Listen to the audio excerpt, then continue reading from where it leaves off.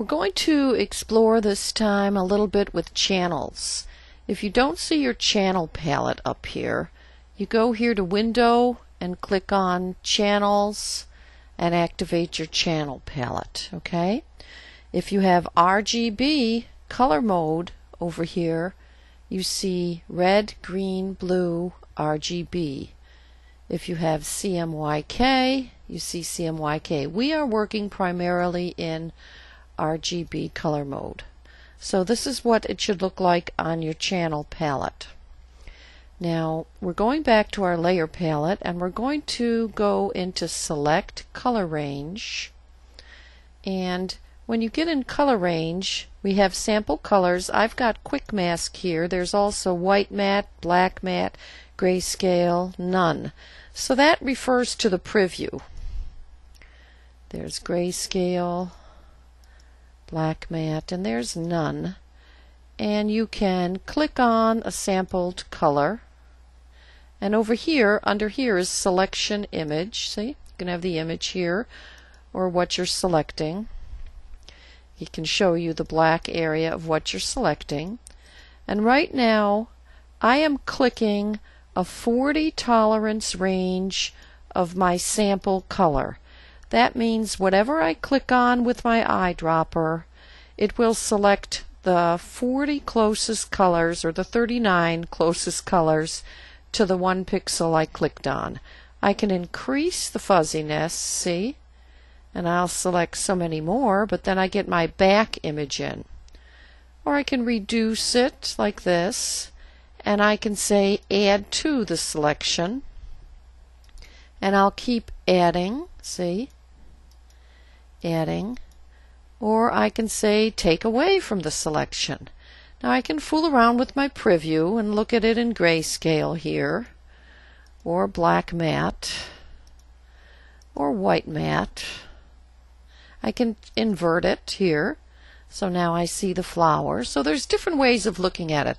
I have 82 and I still have my plus on. I can hit my minus, take away some colors. So this is really an art when you work this way. You can work on creating some tonal selections this way. Now I have plus. I think I'll take a minus from up here. Oh, take another minus from up here. See? Can add some more here.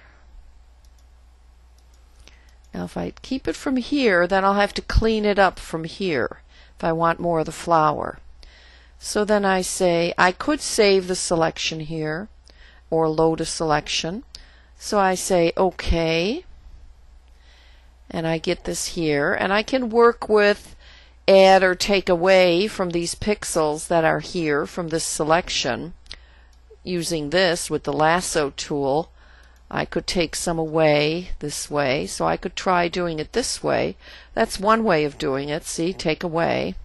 Or I can convert this into a quick mask like this, and I can invert it if I want. Mask area, inverted area like this, and I can go in with my pencil and I can cover some of the area here. So there's lots of different ways to help you clean it, and I can still clean this up in channel. I can get rid of this if I want, and I can take it now and I can activate it, and I can either say select, save selection, and it'll go into the channel palette, or I can go into the channel palette and I can say save selection as a channel like this. So now the black area is the masked area. So I can do deselect, Control D, and I can click here, and I can go in here, and I can clean this up then. I can use either my pencil or my brush tool, and I can go in and I can clean up, and that's the way I will make my separation, this way. So I can clean it, clean it, clean it, just like this. Now this is not real clean. I'm doing this real fast because I don't want this video to go on forever. Now I'll click off here. I'll go back on here and I'll say reselect, or else I can deselect here and go here on my alpha and hit this for the selection, and then I can go back here to my image on layers and I can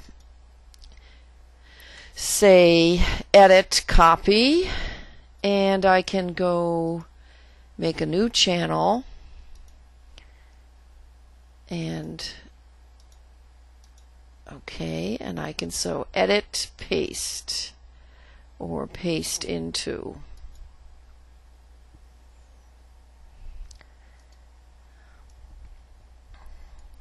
I'm going to duplicate this last one and say duplicate channel, and now I'm going to go edit paste, paste into.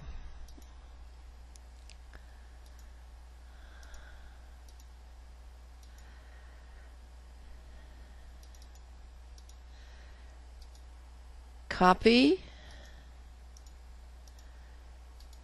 paste into. Okay, and now I'm going to invert this and cut the background like this. And I'm going to show you different ways of using your channel to color your image. Okay, I'm going to take off the channels. I'm on my layer. I'm going to make a duplicate layer, and I'm going to remove the color from this layer by going to Adjustment, Desaturate, all the colors gone. I go to Channel, I go to this first alpha channel here, and I go to it and I click it, and it says color, spot color. I'm going to invert it and I'll make it a red color, 100% spot color,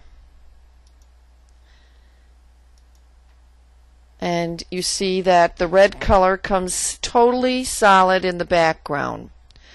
Now I'm going to take it off. That's a totally solid spot color, and I'll go on to this one and I'll get a color that I have. I might have a certain RGB I want to put in for a flower. I put it in 100% spot color. This is a tonal color that I have for the flower. So this is how you would make a tonal color using your own fashion color for the printer right here. And if I choose this type with a solid, it gives me a solid color.